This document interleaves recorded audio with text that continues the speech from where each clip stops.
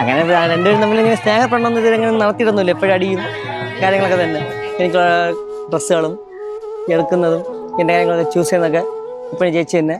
വീട്ടിൽ മിസ് ചെയ്യും, അത് കുറേ വട്ടം ചിന്തിച്ചിട്ടുണ്ട്. ഇത്ര ദിവസം ഒന്നും ഇപ്പോൾ എവിടെയെങ്കിലും 2-3 ദിവസം മാറി നിന്നാലും എപ്പോഴും വീട്ടിലൊന്ന് ഞാൻ പുറത്തോട്ട് വീട്ടിൽ വരുമ്പോൾ ചേച്ചി ഇല്ലാത്തത് ഒരു മിസ്സിങ് ആയിട്ട് എപ്പോഴും തോന്നാറുണ്ട്. നിന്റെ തിരുനടയിൽ നറുനെയ്ത്തിരി കതിരായി ആരും അറിയാതെ എന്നും വീണെറിഞ്ഞിടാം.